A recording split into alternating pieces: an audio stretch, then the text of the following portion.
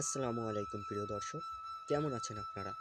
ঈদ শেষ, ঈদের আনন্দও শেষ, তাই বলে তো ঘোরাঘুরি বাদ দেওয়া যায় না। এজন্যই চলে আসলাম রূপদিয়া থেকে একটি ভ্যান নিয়ে কচুয়া জরিনার বাজারে। আর জরিনার বাজার কেন যাচ্ছি তা নিশ্চয়ই সকলে বুঝতে পারছেন, সেই মুন্না রিসর্টের বিখ্যাত ছোলা খেতে। রূপদিয়া থেকে একটি ভ্যান নিয়ে সর্বোচ্চ 5 থেকে 7 মিনিটের ভেতরেই পৌঁছে যাবেন এই জরিনার বাজার।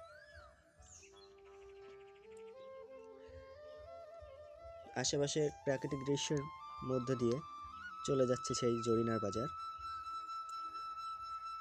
অবশেষে পৌঁছে গেলাম সেই জরিনার বাজার। পৌঁছে তো আমি পুরো অবাক হয়ে গেছি, যেহেতু অনেক দিন পর আসলাম। গতবার যখন এসেছিলাম তখন একটা রিসর্ট ছিল, আর এখন নতুন আরেকটা হয়েছে। এই যে আরাফাত রিসর্ট, এটা নতুন হয়েছে। যেহেতু এই আরাফাত রিসর্ট নতুন হয়েছে, তাই এটা দিয়েই শুরু করলাম। ছোলা আর পেঁয়াজি অর্ডার করে চলে আসলাম আমরা আমাদের টেবিলে। অর্ডার করার 2 থেকে 5 মিনিটের মধ্যেই টেবিলে পেয়ে গেলাম। এখন খাওয়ার পালা। আমার বন্ধু তো ছবি তোলায় অনেক ব্যস্ত।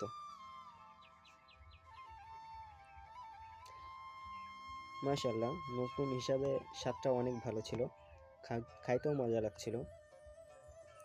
দুজনে গল্প করছিলাম, আশেপাশের দৃশ্য দেখছিলাম আর খাচ্ছিলাম।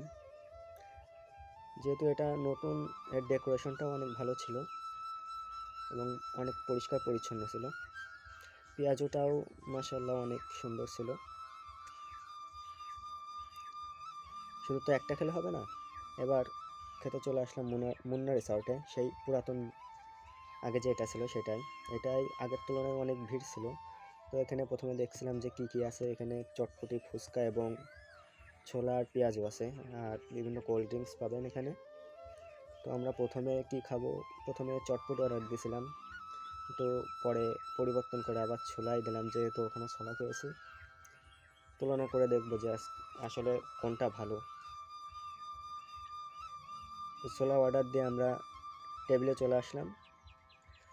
এখানেও কিছুক্ষণ অপেক্ষা করার পর ছোলা হাতে পেয়ে গেলাম। এবার খেয়ে দেখার পালা।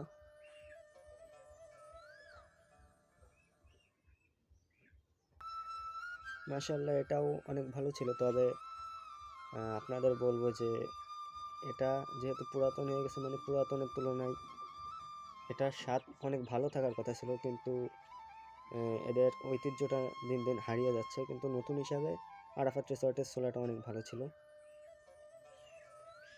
এটা আমার পছন্দ নিয়ে বললাম। ধন্যবাদ আপনাদের সকলকে সাথে থাকার জন্য। আসসালামু আলাইকুম।